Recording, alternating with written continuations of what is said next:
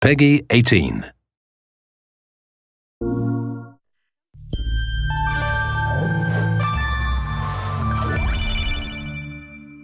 Hi, my name is Colin Graham, and I'm the animation director on Watch Dogs 2. Today we want to give you a look at our free roaming demo and give you a more detailed look at the open world and the Bay Area. This video is recorded from an alpha build of Watch Dogs 2 running on PS4.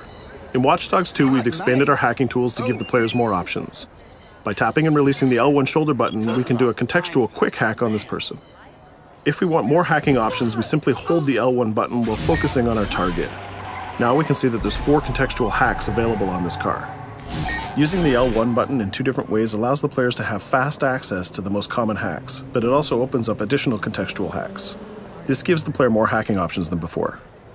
We've also added a NetHack view to the hacking toolkit, which allows you to toggle a digital filter to see the world like a hacker. We can easily pick out hacking opportunities and also pick out strange digital signals and data anomalies that are of interest to us.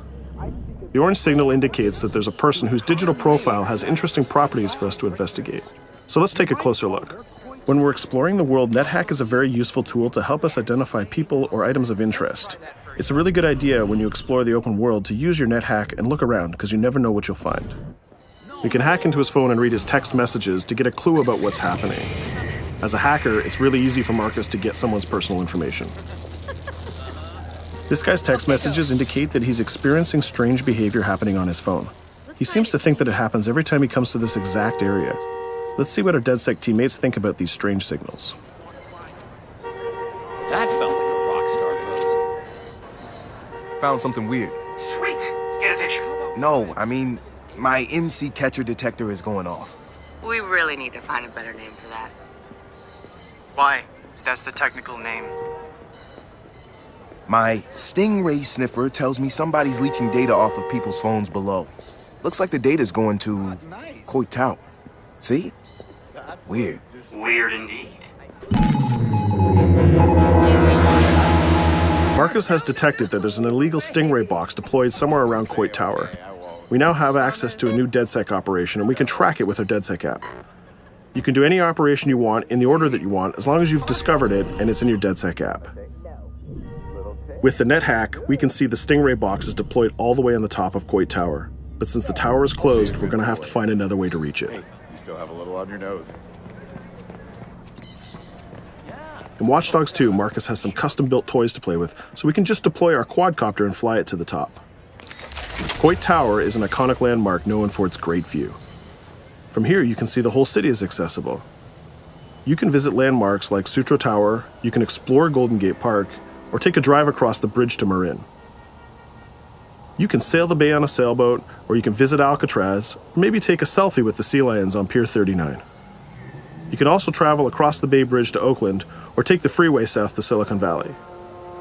You can also take your time and explore San Francisco's diverse neighborhoods like Chinatown, Castro, or even the Tenderloin.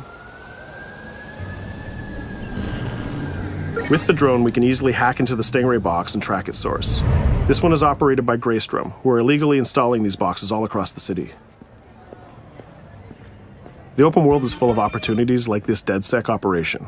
All you have to do is explore the environment using NetHack and the Profiler to find them all.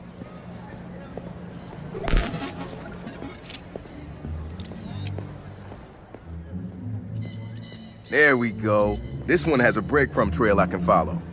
Nice. Where's it go? Looks like Greystrom set up a warehouse out by the piers. You want to bet I can find some shady shit in there? Definitely some shady shit in there. We can open our smartphone and select the DedSec app to track this operation. We use the DedSec app to manage all of our activities in Watch Dogs. We can see the objectives on our map, and it's not very far, so we can drive there pretty quickly.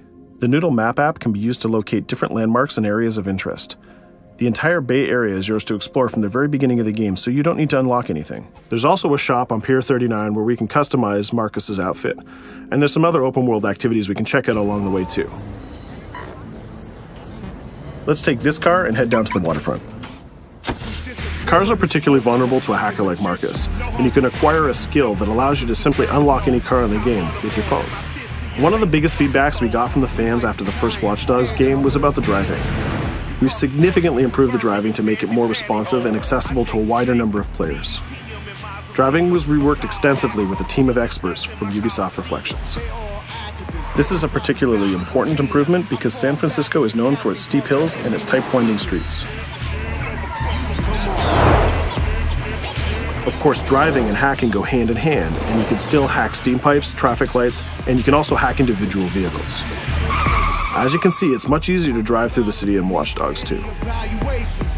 Let's pull up here at iconic Pier 39 and take a quick look around.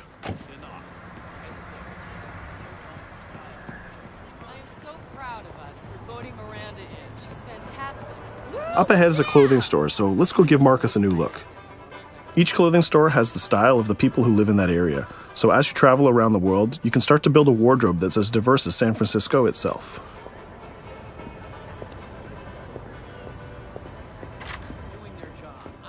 There are over 700 unique items of clothing that Marcus can purchase to wear, with over 1 billion possible combinations. We can go into the fitting room menu and browse a selection of items found in the store. Let's start by switching up Marcus's jacket. Each item of clothing in the shop is handcrafted to fit Marcus's overall look. You can mix and match any pieces of clothing you want. You can change your hat, glasses, face mask, bag, shirt, pants, and shoes. There's some nice Normcore hoodies in here, but I think we should go with the shirt with the giant skull on it. Let's take a look at what we got for shoes. Since people who come to Pier 39 are often tourists, we have styles of shoes that they would buy. We can go with these comfortable gator shoes or maybe some open-toe sandals. Or if you really want to make a statement, you can buy the awkward socks and sandals combo.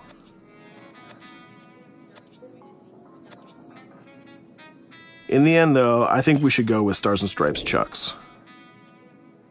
We could really stay here all day trying on clothes, and each store has a wide variety of clothing options so you can really make Marcus look the way you want. From biker leather to hip-hop, from pinstripe suits to tie-dye tank tops, you can really craft the look that's unique to you. In Watch Dogs 2, you manage your activities from your smartphone. There's an app shop, a media player, the DedSec app, and a research app that allows you to develop new skills. Let's take a look in the app shop to find the ScoutX app. San Francisco is full of iconic landmarks, so as you explore the world, you'll find new ScoutX objectives in the app.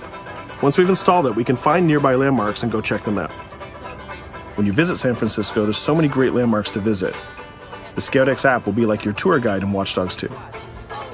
We're right near the crab statue on Pier 39, so let's go to that one right now.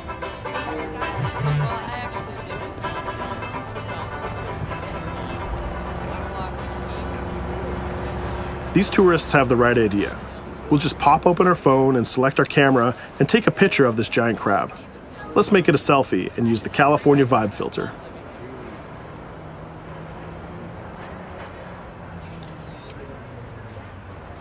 What's that?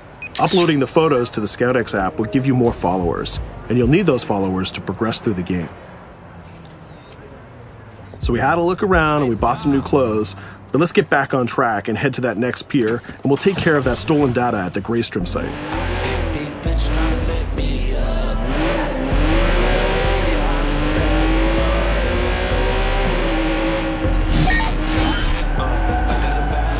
We can see the objective marker in our minimap, and it's also displayed in orange at the end of the pier. Let's park our car past the scissor lift and go scout the place on foot. Operations in Watch Dogs 2 are almost always a free approach, so you can go after the objective from any direction. Let's start by getting into cover and scouting our enemies and see if we can spot the objective. From there, we can make a plan of attack. We can launch our drone and scout the area. We can use our NetHack view to see that there are guards patrolling the rooftop, and the objective is in a small office. There are also some civilian workers that might notice us, so we need to avoid them too. In the NetHack view, we can see that the door is electronically locked, but it can be bypassed by a junction box on the lower level. The connection is shown in a red line. Unfortunately, that box is protected by an armed guard and an attack dog. So we'll probably have trouble if we try to sneak past the dog in person, but luckily Marcus has another toy, which is the RC Jumper. This little guy is small and much harder for enemies to detect.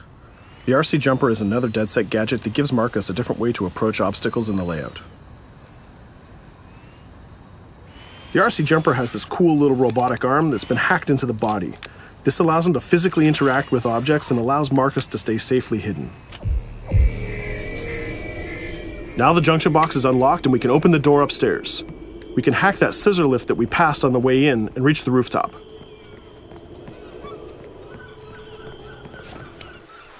By hacking into the OS of the scissor lift, Marcus can take remote control of it. Not only can you raise it up and down, but you can actually drive it around anywhere you want in the world. This level of control gives players total freedom when dreaming up an approach to a mission. Our first challenge is to get past the guard in front of us. So let's hack into the security camera and see how he might be vulnerable.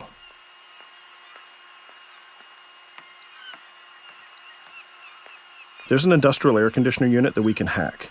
We can set it to explode when the guard comes close, and we can hack it to attract the guard with a strange noise. The guard will go investigate the noise and walk straight into the trap we set. Shit. Does anyone know first aid?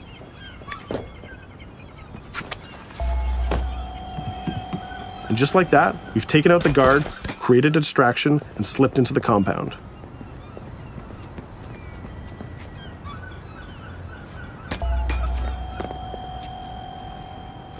A more direct way to neutralize a guard is to use the non-lethal stun gun.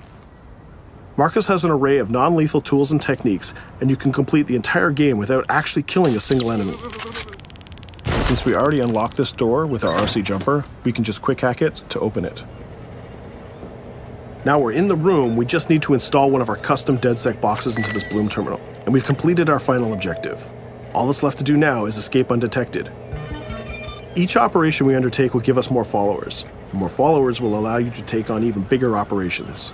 So let's get off this pier and explore a little bit more.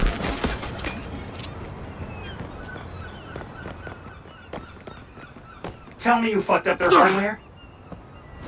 I left an expensive little present in their system, and they're going to pay for it. Damn, you sound like Jimmy Siska. Hell yeah!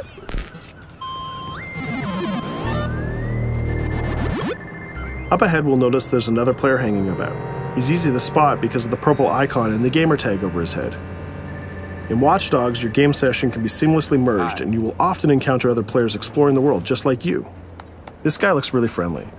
We have an opportunity to join up and form a co-op party, so let's send him an invite.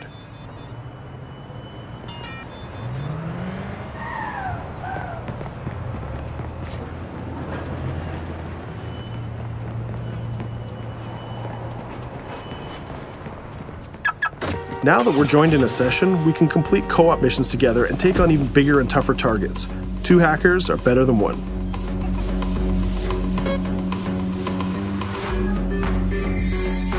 We're gonna head across the bay to Prescott, which is in North Oakland, to infiltrate a gang lair. We can get there by driving across the Bay Bridge together.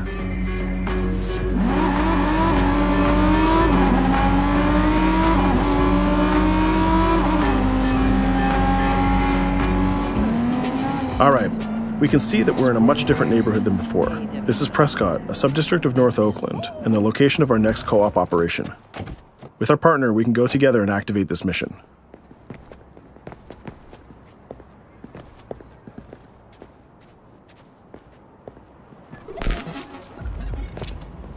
Marcus, we have operations popping up everywhere. Some of them are 2 hacker jobs. Where you need me? Sending you the coordinates.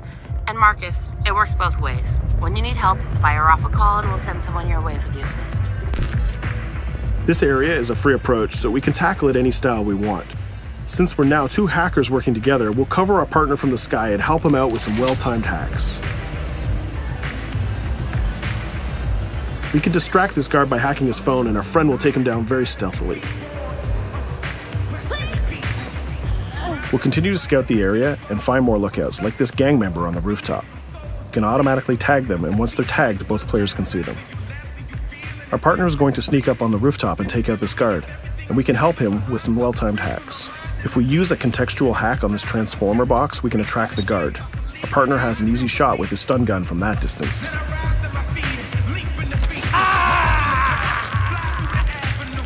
Using the NetHack view again, we can see that there's a lockbox connected by red connection lines to a room on the other side of the compound.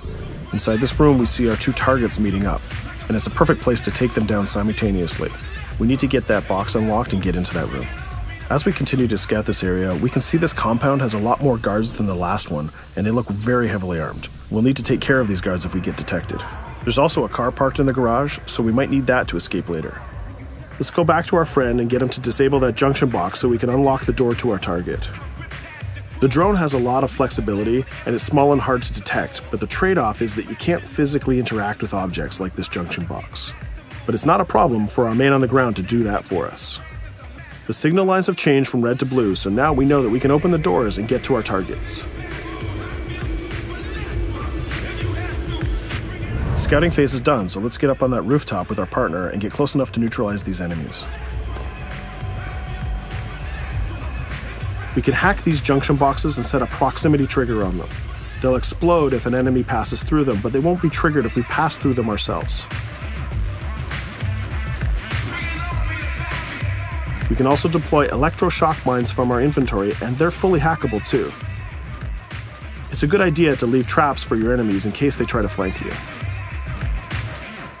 Our partner is camped out by the door ready to rush into the room, but we're going to create a distraction first.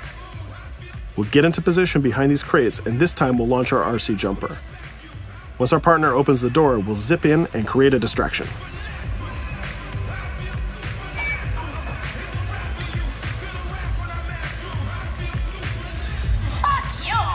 Our jumper has another feature too. It can launch foul-mouthed taunts and make people angry. Now's our chance. The gang leaders are distracted, so let's rush the room. This guy was pretty tough, but getting a thunderbolt to the face will ruin his day. Now we have a cell phone and all the evidence that we need. We just need to plan a way out of here. We can switch back to our quadcopter, which is hovering where we left it, and take a look at what's going on from the sky. We can see one of the guards is rushing up the stairs to help his boss, but our partner has that door covered with his DedSec rifle.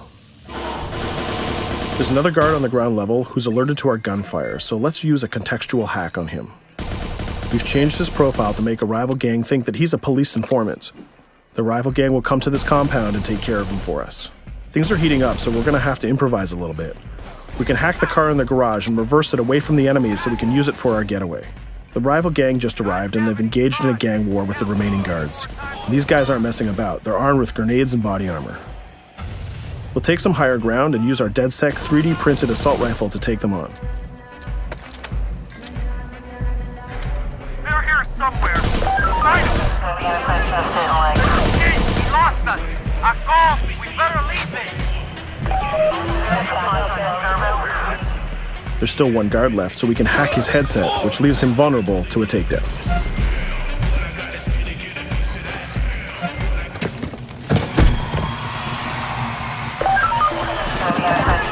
Let's take our stolen ride and get out of here before cops show up.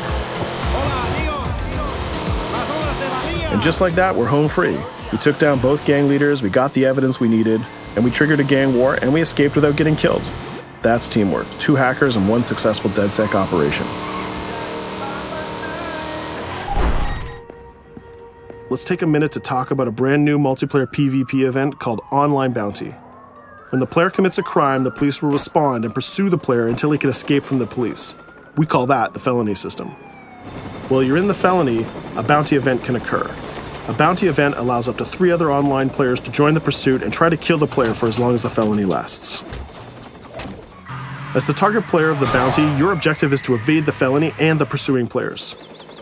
Rewards are given for neutralizing the hunters. And the objective of the hunters is to neutralize the target player. Bounty is a seamless PvP event that's triggered by your player style and how you interact with the police. If you are the type of player who's always in conflict with police, you'll have a higher chance of having a bounty placed on you. But if you can neutralize the hunters, you'll get additional rewards. I hope you've enjoyed our walkthrough of the open world of Watch Dogs 2, and I hope to see you online November 15th.